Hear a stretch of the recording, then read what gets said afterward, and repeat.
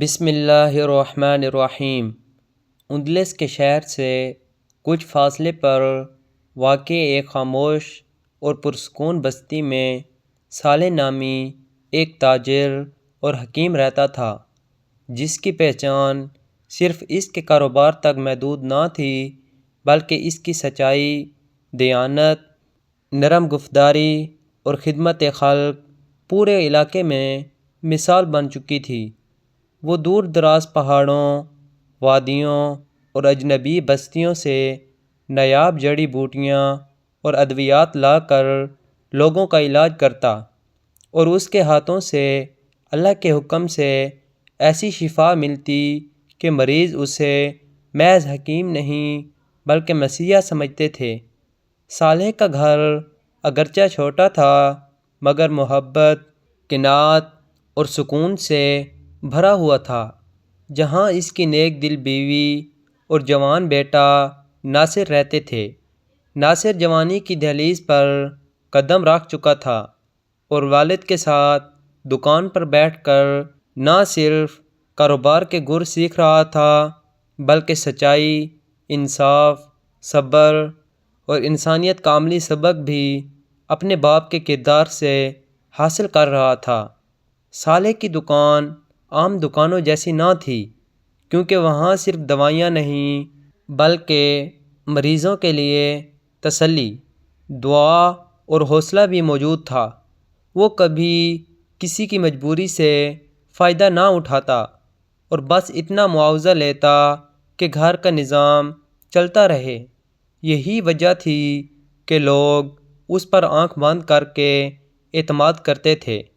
ناصر اکثر یہ سب دیکھ کر سوچ میں پڑ جاتا اور اس کے دل میں سوال جنم لینے لگتے کہ دنیا میں آگے بڑھنے کے لیے کیا صرف نیکی کافی ہے یا دولت ہی اصل طاقت ہے۔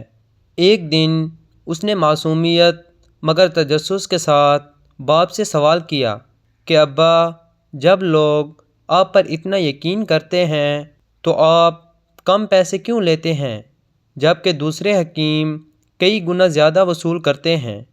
صالح مسکرایا اور ناصر کے سر پر ہاتھ رکھ کر کہا کہ بیٹا، اصل شفا دوا میں نہیں بلکہ اللہ کے حکم میں ہوتی ہے۔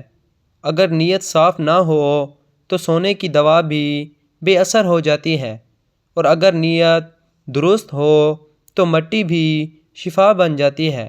رزق کبھی انسان کے زور سے نہیں آتا بلکہ اللہ کے فیصلے سے ملتا ہے۔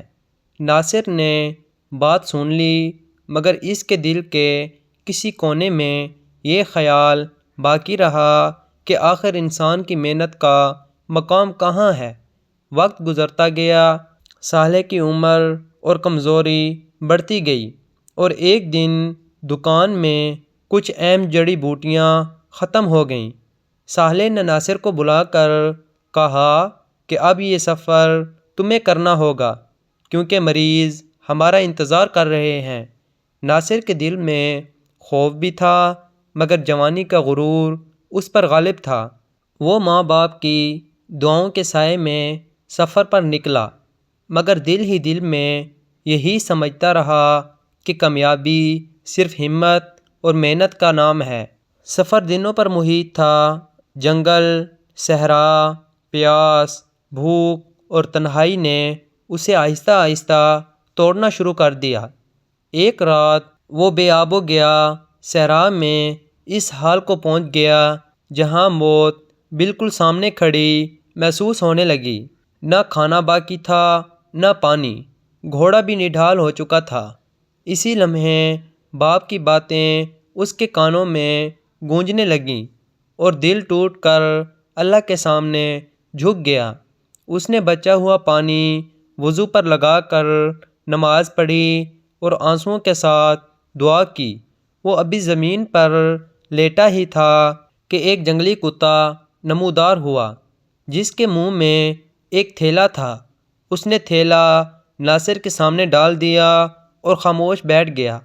ناصر نے جب تھیلا کھولا تو اس میں گرم کھانا اور پانی دیکھ کر اس کی آنکھوں سے آنسو بہنے لگے اور اس کے دل میں پہلی بار یہ یقین اترا کہ رزق واقعی اللہ وہاں سے دیتا ہے جہاں عقل نہیں پہنچتی۔